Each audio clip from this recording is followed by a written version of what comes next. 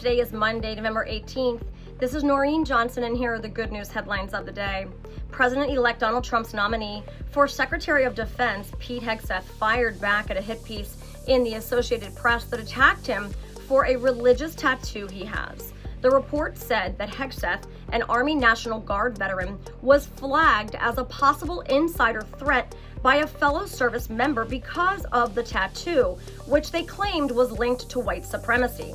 The report said this: Gaither told AP he researched the tattoos, including one of a Jerusalem cross, in the context of the words Deus vult, Latin for God wills it, on his bicep, and determined they had sufficient connection to extremist groups to elevate the email to his commanding officers. He also had the full support on X from Vice President-elect J.D. Vance, who posted this: "They're attacking Pete Hegseth for having a Christian motto tattooed on his arm. This is disgusting anti-Christian bigotry from the AP, and the entire organization should be ashamed of itself." And then this: Donald Trump Jr. claimed Sunday that the United States' recent aid to Ukraine is a bid by the Biden administration to start World War III before his father, President-elect Donald Trump, takes office in January. President Biden authorized the Ukrainian military to use American-supplied long-range missiles to strike targets inside Russia on Monday, a stark departure from his previous approaches that have aimed to de-escalate the war. Ukraine signaled that it would take advantage of the new stock of weapons within days after months of pleading for permission to use the American missiles amid crushing setbacks on the battlefield. President-elect Trump has vowed to end the war.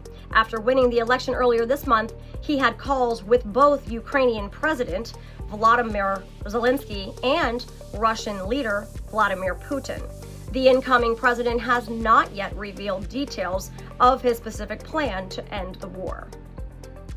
In other news, John Bones Jones kept his undisputed UFC World Heavyweight Champion title by defeating Stipe Miocic Saturday and celebrated with an homage to President-elect Trump, who was ringside. Jones broke into Trump's signature dance moments after landing a spinning back kick to Miocic's ribs to end the title fight with a technical knockout. As he danced in the ring, the decidedly pro-Trump crowd roared its approval. As Jones danced and pointed to Trump, the incoming president smiled and offered a thumbs up. Jones is considered by many to be the greatest fighter of all time, as he now owns a 28-1 record with one no contest. Trump made a triumphant return to Madison Square Garden Saturday night with a star-studded entourage, basking in the thunderous applause of fans just weeks after holding a historic rally inside the world's most famous arena. Trump, making his first UFC appearance since winning the election November 5th over Vice President Kamala Harris, drew thunderous applause as he walked in with his team. In other news, Mexico's President Claudia Sheinbaum's administration is considering adjusting certain policies in response to the anticipated challenges posed by President-elect Trump's return to office, seeking to safeguard Mexico's economic interests and manage immigration effectively.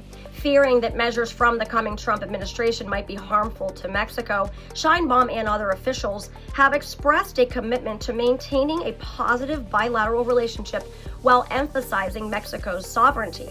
At a recent press conference, she reassured Mexicans that there is no reason for concern regarding the election outcome, indicating confidence in the stability of bilateral relations.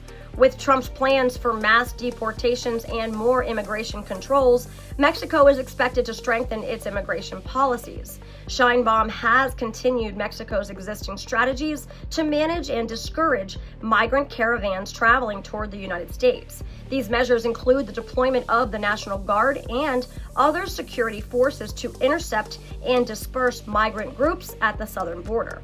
This approach aims to prevent large caravans from forming and progressing northward. And then today we celebrate the dedication of churches of Saints Peter and Paul.